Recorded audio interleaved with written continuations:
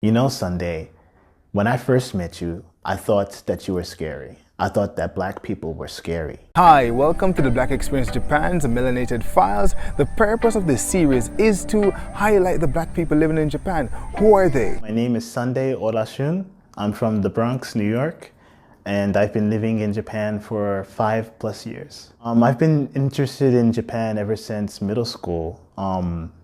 I listened to this visual kei rock band singer named Gact, and I thought it was really cool, but I actually didn't know what he was saying at all. So I was like, okay, I need to learn this language and study so I can understand. And I did that for about a year and a half. And then I was like, okay, I want to take classes. So there would be like recruiters that would come to like my high school and be like, hey, we have this, this, and that. I would raise my hand. I'd be like, do you have Japanese classes? And if they said no, I was definitely not going to that school.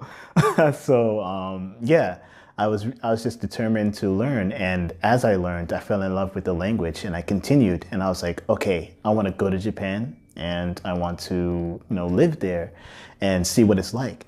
So yeah, so that's what I did. I studied abroad for about a year and I loved it. Great experience, recommend it. And then I went back to America and I was like, okay, I graduated. Now I'm going to go back to Japan and work. So that's what I did. Right now I work in an auditing firm but I'm actually in the IT department and I'm a RPA developer.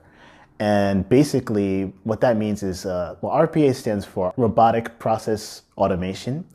And basically I take business processes, for example, something really complex to something as simple as taking information from one Excel file, compiling it, making a report and sending it out to people. And I basically build a software virtual robot inside of a computer that does the work for you so you can focus on more important work. So yeah, I make businesses better and I make your job easier. Before I did the job that I'm doing now, I actually was part of the JET program as a CIR, which stands for Coordinator for International Relations. And basically what I did was translation, interpretation, as well as conduct cultural classes for the people that lived in Shimane, which is where I was stationed. I'll talk about just both of those jobs. So the first one, when I was in the JET program, was very relaxed, and I was not the only foreigner there. I wasn't the only non-Japanese person there. So I worked in the international department. So basically, it was a really easy environment to get into. And yeah, it was really nice. It was very welcoming. The environment that I'm in now, I think I'm still not the only non-Japanese person, but up until recently, I was the only American there. But basically they hired me, like I went through the process as a Japanese person, which is it was kind of like a different situation than other people that were there because I went through all of the hoops and, in the loops and basically they kind of expect me to work like a Japanese person, which I'm not. So I felt like there were a lot of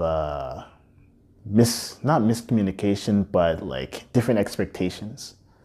So yeah, there were some points of contention there. When I was in Shimane, I also visited the neighboring prefecture, Tottori Prefecture. And in Tottori, there's a Mount Daisen. And I would climb up there with some friends that I had. And I always enjoyed how everyone brought something for everyone.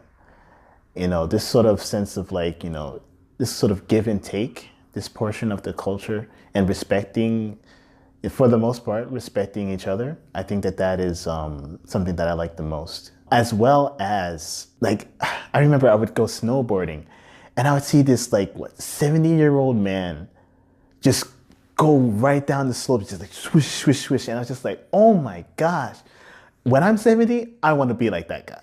Like, I want to, be active, enjoy life in that way. And I think that's sort of like not letting age, stop you from doing what you want to do. I think that is really good. So I really like that.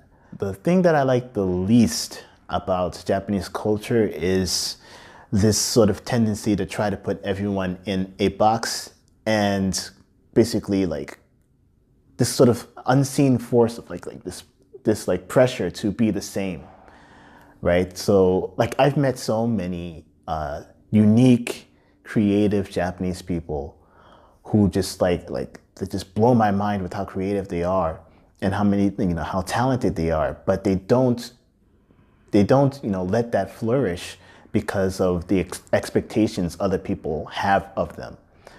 And then even if they express their desire to do something, people would be like, oh man, you can't do that, or you shouldn't do that, or, oh, that hasn't been done before. And it's like, for me, it's like, so what? It hasn't been done before. That doesn't mean people can't do it. That just means that people need to try. And this sort of like pressure for people to not try, to just try to stick to the path that's been laid out before them. I feel like this is very disappointing because there's so many people in Japan who are creative and could do much more than what they're doing now. I'd like to start just like outside of Japan just a little bit, because when I was growing up, I remember I was playing in like the schoolyard once, and this black girl came to me and she said, you know what, you're not black. And she said that to me because I didn't fit the idea that she had of what a black person was. And for me at the time, I was like, what? Like, blackness isn't just this one thing. There's many sides to it. It's very, it's just, and it doesn't have to define your whole entire identity either. So it's just like, I own my own blackness, and I get to define what that is. Nobody gets to define that for me. So taking that experience and going into Japan, I expected, the first time I came to Japan, I was in Nagoya. And I expected a lot of looks, a lot of unwanted comments. And to be honest, I experienced some, but not as much as I had imagined. So it's not like, because I used to like watch like YouTube videos I think there was like this one controversial video, like, are Japanese people racist or something, like these have to look those titles and stuff like that. But the thing is that there'll be times where like I'll just like sit on a train and nobody would like sit next to me, or I'd get stares. But the thing is, that's also something that's experienced by people who are non-Japanese and also not black as well. In that sense, is this part of it is being a non-Japanese person in a country where like over 90% of the people are Japanese. Another thing is if you look at Japanese television and you see the different representations of people of African descent. When I first studied abroad in Japan, in Nagoya, I actually wrote a thesis on people of African descent in the representation in Japanese media. And I focused on a number of well-recognized people of African descent in Japanese television. Bobby Ologun, Bob Sapp, Dante Carver, and Jero. And I compared their sort of depictions from, honestly, in my opinion, really animalistic, such as like Bob Sapp, to a person who's actually really intelligent, but like is depicted as like, being stupid, which was Bobby Ologun. And then Dante Carver, who is this person who was just plopped into this, this weird family in the SoftBank commercials, but actually it's a much more positive representation, which was also Yoso guy, which is like unexpected, but it's, yeah, so they kind of had that angle in there. And then there's Jero, who's an enka singer. I don't think he's doing enka that much anymore, but his basically like the kind of way that he was marketed was that, he really likes his Japanese side of his identity, and he's, he really likes enka, and his grandmother, I think it was his grandmother that was Japanese, and he wanted to sort of emulate that portion of the identity. And the Japanese media just lapped that up. So, he was put in that sort of more positive light. But then you still get things like Blackface. Yeah, it was like this one Japanese television show that like showed these Japanese guys in blackface. It's like, wow. It's, 2000, 18, but we still have to deal with this. So maybe it was 2017, but in any case, yeah, 2017, yeah, 2017, yeah. So there was that as well, and I had experience. I remember I was walking into one building, and there was this Japanese woman that was going out of the building, and when she saw me, she grabbed her purse and ran away, and I was like, okay, like what the, like she must have thought, I don't know, maybe I was like gonna mug her or something, I don't know, but that was something that was like really disappointing. But at the end of my study abroad experience, there was this one Japanese student that I was like hanging out with, and before I left, he told me this that I'll never forget. He said, you know, Sondey, when I first met you, I thought that you were scary. I thought that Black people were scary. But after speaking with you and hanging out with you, I realized that I had those preconceived notions, and that, you know, it's important to speak to people and to get to know people. And that was one of the things that pushed me to come back to Japan as well, because I realized that just me existing in this space allowed for a more deeper cultural understanding. And I really wanted to foster the relationship between people of African descent and Japanese people. So that's another reason why I did the JET program too, because okay, I'm gonna make that into a job, and this is the perfect opportunity for that. So I got to do that. But honestly, I had more negative experiences in the city, in Nagoya, than I had in Shimane, which is like the second least populated prefecture in Japan.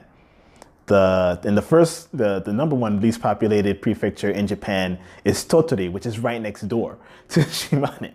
You know, people were warm. I just had a lot of positive experiences. And then coming back to being here in Tokyo, in the largest city in Japan. Yeah, I don't think I've had negative experiences due to me being African American. Oh, wait. But when I was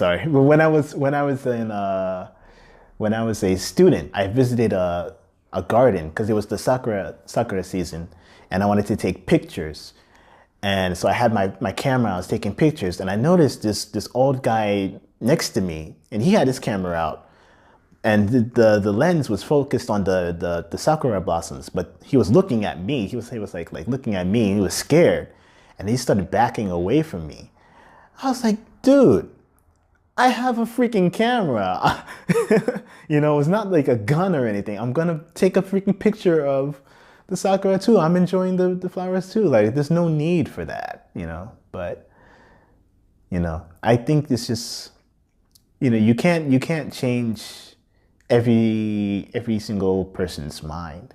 But I think, like, going back to that experience and that one person that said, you know, you changed out my perception. I think that, you know, if you can have that effect, then yeah, I think it's worth it. I think it's worth, you know, being here and communicating with people and trying to foster that relationship. Yeah. So when I was in a supermarket and I was doing some shopping, this is back when I was a exchange student, there was this little Japanese boy. He was like running down the aisle, and I was like looking at I forgot what I was looking at. It was probably some chips or something. I was eating no, it wasn't that healthy at that time. No, he ran toward me, and he stopped when he actually noticed like me there, and he was just like, "Chocolate man," which is chocolate man, and in English. And I was just like, to me that was funny, because I'm probably the first African American that boy has ever seen in his life. You know, like I didn't like, and he just thought that I was made of chocolate. You know, and I was just like, wow, that, like, to me that was funny. I wouldn't be the person I am if it wasn't for the people around me. As you know, just straight up, you know, I wouldn't be, especially my mother and my mentor back in college. Like, yeah, Like there's so many, and even my wife now, because like she's been like a rock to me. But like I'd have to say the life advice I've had is to try. Just try it. Because honestly, I would not have gone to Japan. I would come to Japan. I would not be able to speak Japanese. I would not have the experiences I've had if I hadn't tried to do anything.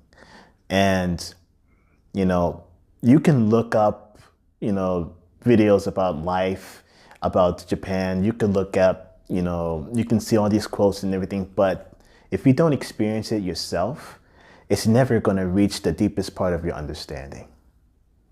And so, yeah, I think that's the most important thing, is to try. Right now, I'm still in the midst of following my dream. It's not the original dream that I had.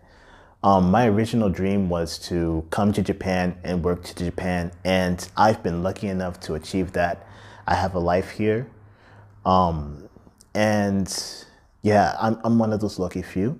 But I have to say that there's going to be times when you're lost and you don't know if, you know, what you've done up until that point really was what you wanted.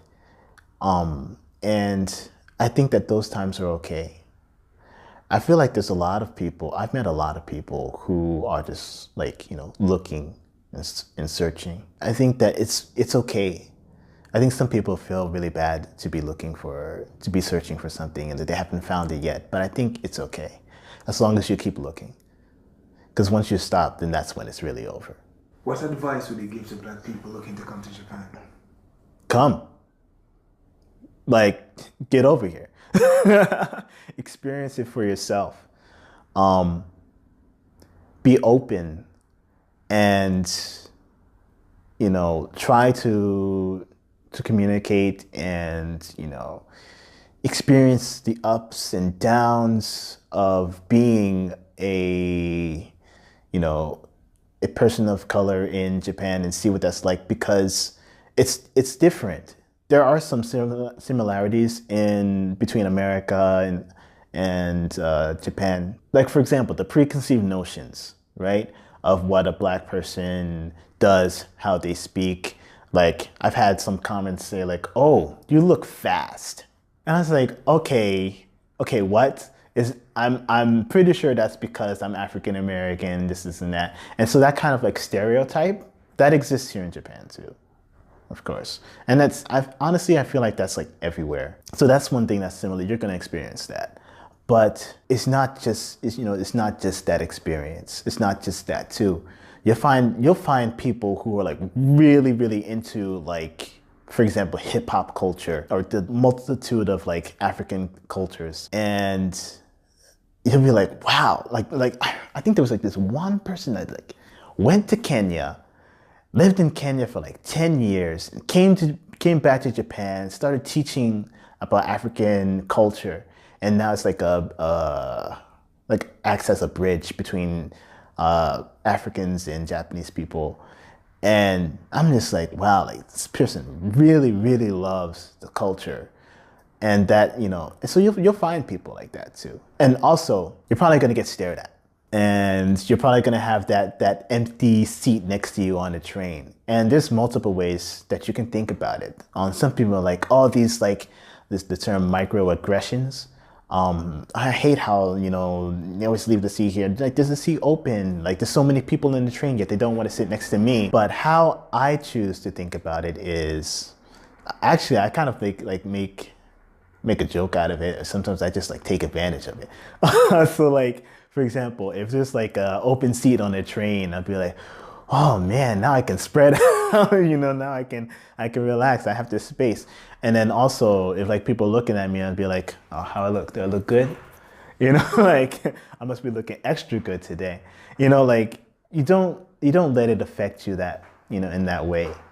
Because at the end of the day, what really matters is how you feel about yourself, right? People are going to have all these kinds of opinions about you. They're going to have they're gonna be like, oh, look at this person. He has like, curly hair and, he doesn't, I bet like, oh, I kind of want to touch his hair and stuff like that. Or like, I don't know. People are gonna have their own opinions or whatever. But like, at the end of the day, you know, you're you. And nobody's gonna be able to change that. As long as you're fine with you being who you are, then hey, they can think whatever they want to think. So, but like, try it because you never know what you'll find. So my wife doesn't speak as much English. We're working on it, but we mainly communicate in Japanese. And I gotta say, it's so interesting because like, so she's how can I even? So basically, we laugh at this basically the same things. So like we come from different cultures, right? But it's not just that. She's from the countryside. I'm from the city. And there are times where we have different views on things, and we would have like an argument. But we always like when we're arguing about something like I'll either say something, she'll say something, and then we just burst out laughing.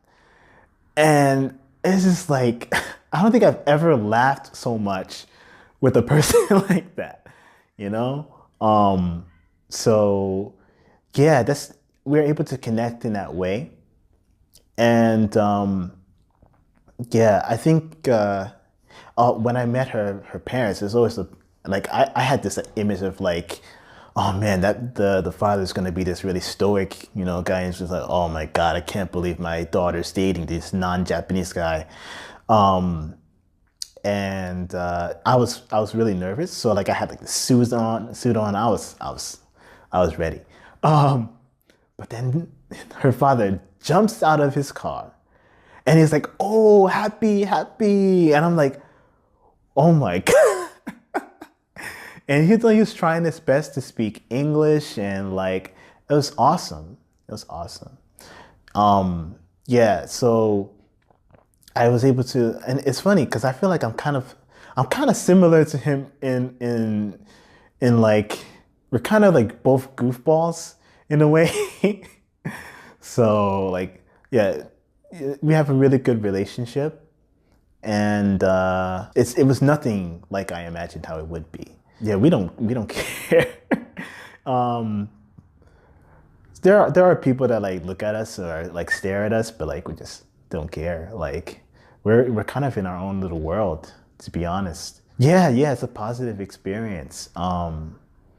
And I think one of the things that makes it work well is like her openness, because there are a lot of people who would feel like, oh, marriage has to be a certain way, and you have to do things a certain way, and this is actually it's a really big characteristic of Japanese culture. But my wife is totally different, totally different. So I think that kind of helps as well with smoothing things over. And she said she likes the variety too. She said that if she was like dating or if she had married like a Japanese guy, there's like so many different like expectations of what a Japanese wife is supposed to be, and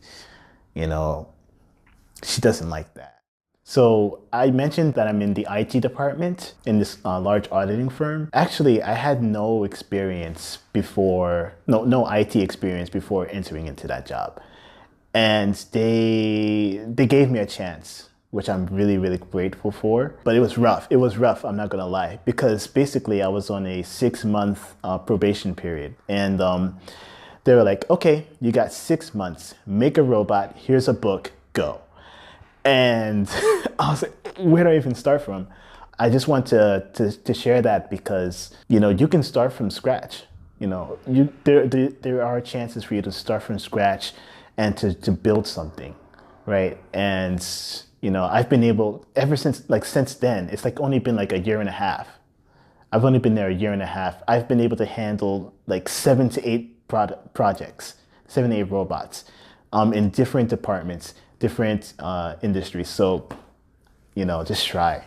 So my background actually is East Asian studies. Totally different, right? No, East Asian studies, but I focus mostly on Japanese language and culture. So that's one of the reasons why I started, before doing this job, I started with the JET program and doing the CIR thing, because that's, it directly connects to what I had studied, right?